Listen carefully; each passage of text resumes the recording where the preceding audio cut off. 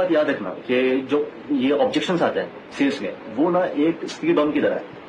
कि जैसे आप मान लो गाड़ी चला रहे हो 90-80 की स्पीड पे, 70 की स्पीड पे, सामने एक स्पीड ब्रेकर आ रहा है, तो वो गाड़ी थोड़ी स्लो करनी पड़ेगी। ठीक है, तो वो आपको वहां पे करना पड़ेगा। जब आप कन्वर्सेशन कर रहे हो किसी क्लाइंट से, बात कर रहे हो, डेमो दे रहे हो, वीडियो मीटिंग पे हो, सामने लाइव मीटिंग कर रहे हो, तो वहां पर ना सामने वाले का अगर ऑब्जेक्शन आता है तो ऐसा नहीं कि आपकी सेल्स की गाड़ी जो लटा हो पीछे आप उसको लेकर दौड़ जाओगे, नहीं, वहां पे आपको रुकना पड़ेगा। तो आप जब रुकोगे और सामने वाले का जब सुनोगे कि भाई इसके ऑब्जेक्शन क्या है, फिर आप उसको बहुत अच्छे से हैंडल कर पाओगे। और ये जो होता है ना, आप बिना सेल्सी साउंड के, बिना सेलू साउंड किए हुए आप एक अच्छा सेल्स ला सकते हो अपनी कंपनी, अपने बिजनेस के लिए। और उसके लिए आपको क्या करना पड़ेगा कि पहले तो भाई मेरा वीडियो सब्सक्राइब करो, मेरा चैनल सब्सक्राइब करो, मेरे वीडियो को लाइक करो, अपने दोस्तों को शेयर करो जिनको लगता है जो सेल्स डोमेन में है, जो मार्केटिंग डोमेन में है, जो क्लाइंट रिलेशनशिप डोमेन में है,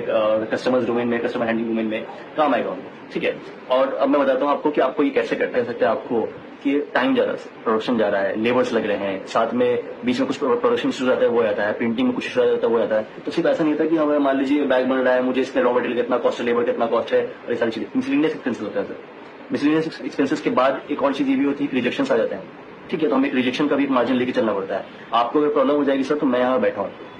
आपको अगर इस बैग में कुछ क्वालिटी इश्यूज लग रहा है तो मैं वहां पर रहूंगा सर। ठीक है, मैं आपको सर्विस दे रहा हूँ, सिर्फ प्रोडक्ट नहीं बेच रहा हूँ। जो आप ये सारी चीजें बोलते हैं उनको क्लाइंट को समझाते हो कि भाई हम आपके लिए बैठे हैं यहाँ पर, हम आपको सर्विस दे रहे हैं, हम आपको प्रोडक्ट में ये सारी चीजें दे रहे हैं, हम इसमें आपको जो रिजेक्शन आते हैं, अगर मान लीजिए माल खराब हो गया, प्रिंटिंग हो गया, हमें सारी चीजें लेकर चलना पड़ता है, हम इसका ही मार्जिन लेकर चलना पड़ता है। ठीक है, सामने वाला बंदा अगर कोई ऑब्जेक्शन दे रहा है कि भाई मुझे इस चीज पर श्योरिटी चाहिए कि आप सेम क्वालिटी बना के दोगे मुझे, या मुझे श्योरिटी चाहिए कि आप इस प्राइस में ला के दे दोगे मुझे अच्छी क्वालिटी में, तो उनका एक ऑब्जेक्शन है और आपके लिए ऑब्जेक्टिव है कि भाई उसको हमको कैसे डील करें।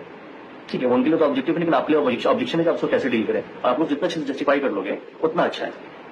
तो ये जो दो चीजें हैं, इस पर आपको खेलने की जरूरत है, समझाने की जरूरत है, क्लाइंट्स को हैंडल करने की जरूरत है, एंड बी अश्योर्ड आपको आप सेल्स में अच्छा काम करोगे अगर आप ये सारी चीजों को मास्टर कर लेते हो या फिर कमांड रख लेते हो। एंड हमेशा एक चीज याद रखना, कि सेल्स जो होता है और सेल्स पिच जो होता है वो हर एक का डिफरेंट होता है। मेरा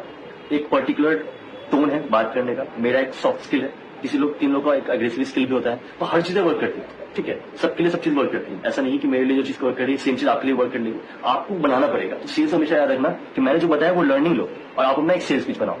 ठीक है, अपना एक टोन बनाओ क्लाइंट से बात करने का, अपना एक ये प्रोसेस और स्ट्रेटेजी बनाओ बात करने का, जो लर्निंग्स होती है वो लेना चाहिए और उसको मिला के अपना खुद का एक सेल्स पिच और ये स्ट्रेटेजी बनानी चाहिए कि आप कैसे डील करोगे, क्योंकि आपके प्रोडक्ट और सर्विस को आपसे बेटर कोई नहीं जानता है। So this is the learning, take it. Thank you sir.